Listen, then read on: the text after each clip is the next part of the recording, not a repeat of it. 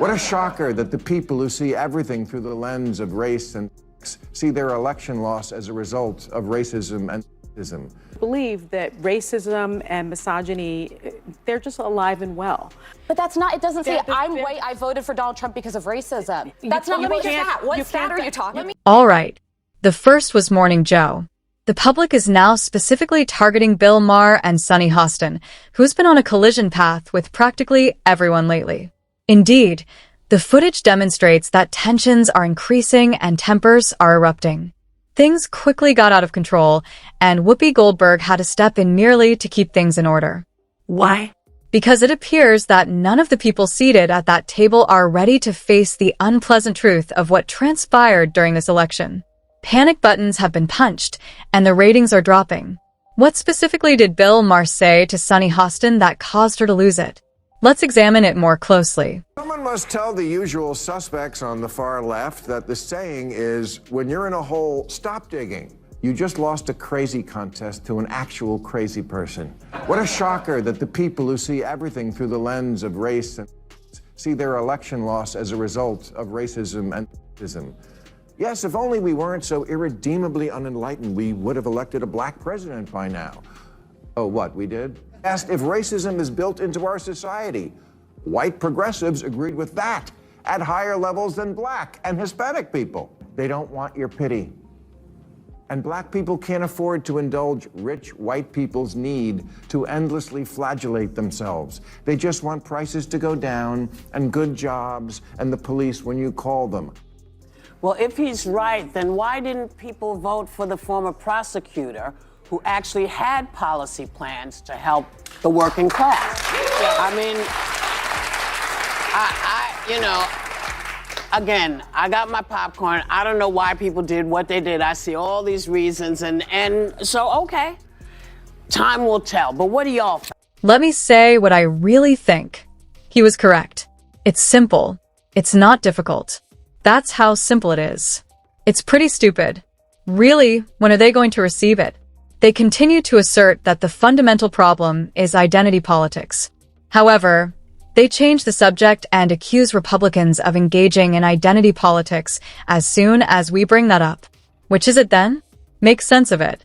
Even if I believe, for the sake of argument, that Whoopi had a plan, the fact remains that she did not carry it out. Not as vice president. Joe Biden, too? As president, he was unsuccessful. Therefore, why should I risk it again on someone who had the chance to deliver but failed? I apologize, but I don't feel grateful. I know that as a country, it's very difficult for people to believe that racism and misogyny, they're just alive and well. I think that we don't want to think that about ourselves, our neighbors, our friends, but it's my lived experience tells me that it does still exist, even if your lived experience doesn't tell you that it exists.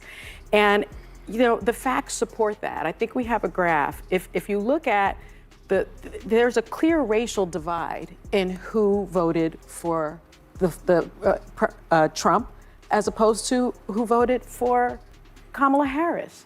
It's very clear. It's not only clear by race, but it's also clear by education.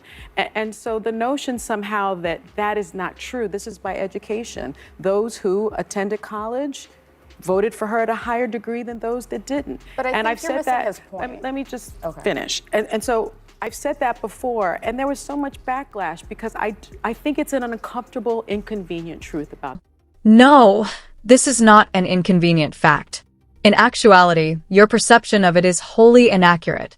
And by that, I mean that just because we look at voting patterns by race or educational attainment does not suggest that voters are necessarily racist. If anything, those patterns point to something much more intricate and significant. Take a look at Joe Biden's 2020 numbers. He gave a far better performance than Kamala Harris. Your entire argument is undermined by that alone. White guy Joe Biden surpassed Kamala Harris despite his well-documented history of racially offensive statements, such as the notorious, "If you don't vote for me, you ain't black."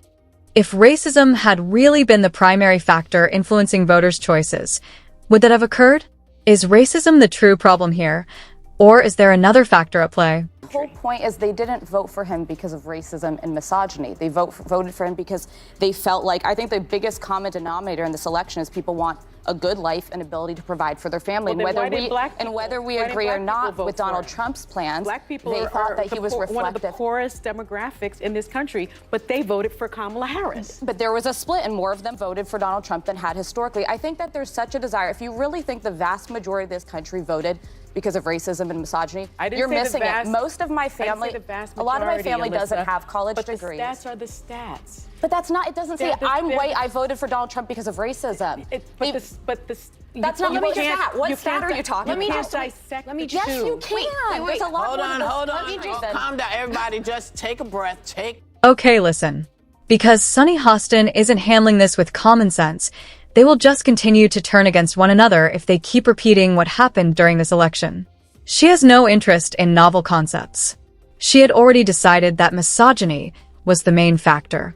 And in her opinion, no data, argument, or reasoned discussion will change that story. However, the adults in the room who are truly receptive to hearing the truth are aware of the facts. It's not difficult.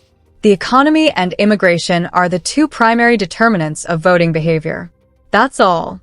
Furthermore, it should be made plain that Republicans are not too responsible for the Democrats' utter misinterpretation of the situation.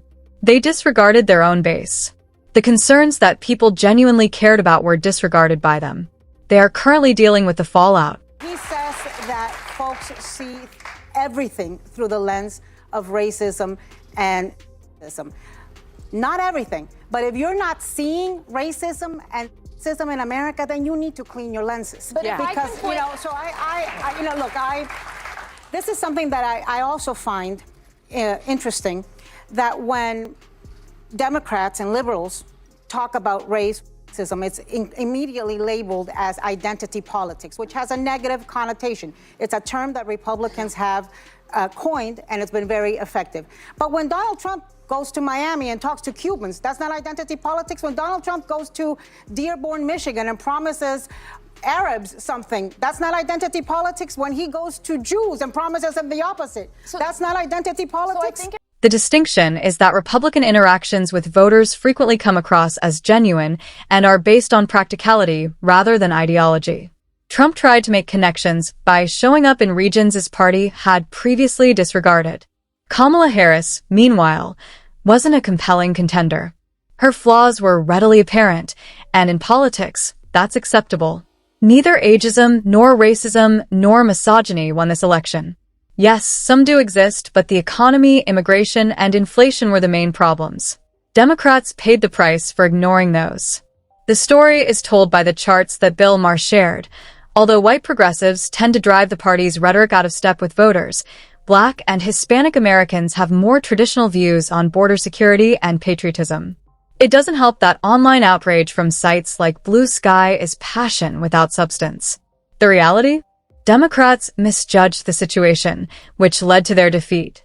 The party won't bounce back until it acknowledges that identity politics didn't work.